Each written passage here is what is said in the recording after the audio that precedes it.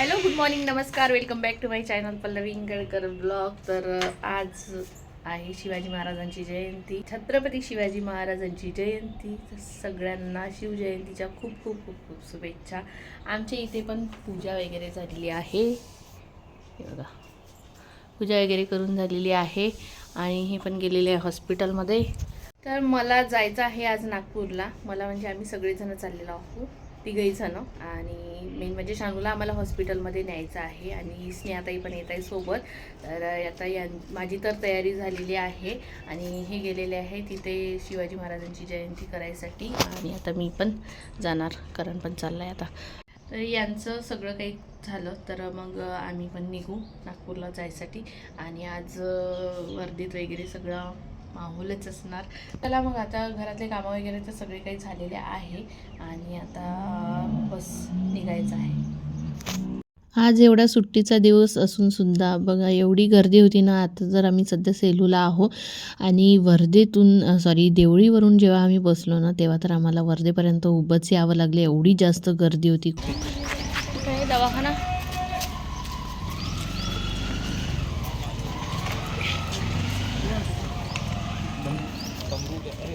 Purse काढली का तुमची?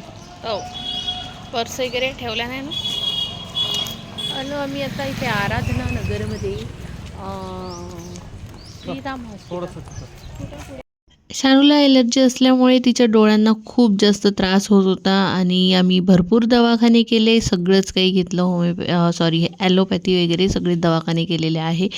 पण तिला ना आराम कुठेच पडलेला नाही. तर मग आता इथे ना मी ट्रीटमेंट घेतलेली होती होमिओपॅथीमध्ये. तर हे ऑनलाईन पण देतात औषध. तर तुम्हाला जर हवं असेल तर मी कमेंट्स करून सांगाल, मी तुम्हाला नंबर देऊन देईल. आणि फीस त्याचा काही विषयच नाही, टेन्शनच नाही, कारण बाकी दवाखान्यांपेक्षा त्यांची फीससुद्धा अगदी कमी आहे आणि सगळ्या बिमारींचा इलाज होतो. गेले 7-8 वर्ष मी ॲसिडिटीमुळे खूप त्रासलेली होती आणि शेवटी मला इथेचा आराम पडला आणि भरपूर गोष्टींसाठी आराम पडलेला आहे. नागपूरमधला एका बिमारीतून, कारण आपल्याला बराच काही त्रास होत असतो आणि त्याचं फक्त एकच मूळ कारण असतं. तर त्यावर सुद्धा ते इलाज करतात, मुळात काय झालेलं आहे ते समजून घेतात. तर तुम्ही मला कमेंट्स करून सांगाल, तुम्हाला जर हवं असेल तर मी त्यांचा नंबर इथे देऊन देईल. दवाखाना वगैरे करून झाला त्यानंतर आम्ही स्नेहाताईंच्या काकांना भेटायला गेलो. त्यांची तब्येत खूप खराब होती तर तिथे गेलो. त्यानंतर निघालो आम्ही घरी जायसाठी. जाताना तर आम्हाला खूप जास्त त्रास झाला, पण येताना एकदम निवांत आलो, काहीच गर्दी नव्हती आणि छान मस्त आमचं आरामात येणं झालं आणि वेळेच्या आत येणं झालं. तर आल्यानंतर नाही इथे बघितलं तर रॅलीची तयारी चालू होती. रॅलीची तयारी करणे चालू आहे इथे. थोड्याच वेळात रॅलीसुद्धा निघणार. आम्ही पण येऊ बघायला आणि तुम्हाला दाखवायला आमच्या देवळीची रॅली कशी भरते. तर बँड पथक वगैरे इथूनच निघणार बहुतेक रॅली. हो, निघतच आहे रॅली. थांबून जायचं काही नाही, आणणार नाही, पण वेळ लागते. रॅली आरामात जाते. स्नेहाताई जे म्हणत होत्या ना तेच खरं झालं. यांनी आम्हाला घरी नेलं आणि एकदम आरामात घेऊन आले मग आम्हाला ही रॅली बघायसाठी. ते शेवट आम्हाला बघायला मिळालं. भाजी मार्केट जे आहे ना त्या चौकामध्ये आम्हाला बघायला मिळालं. तर असं थोडंफार का असे ना बघायला मिळालं. आणि सकाळीसुद्धा फार छान असा इथे सोहळा झालेला आहे. खूप जणांनी रील्स वगैरे टाकलेले आहे, त्यामध्ये बघितलं मी, खूप छान असा सोहळा झालेला आहे. त्याला आता आम्ही निघालेला आहो रॅली बघायसाठी आणि मला वाटते वर्ध्यापर्यंत तरी आली असणारच. काय म्हणलो?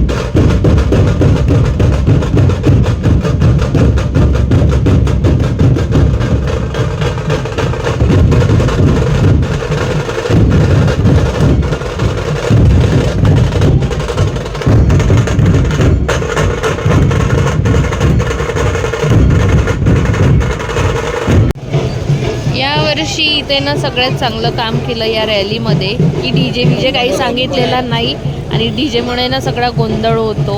विनाकारांचेच येऊन नाचतात. तो तिकडे ऊन होत आहे बयार.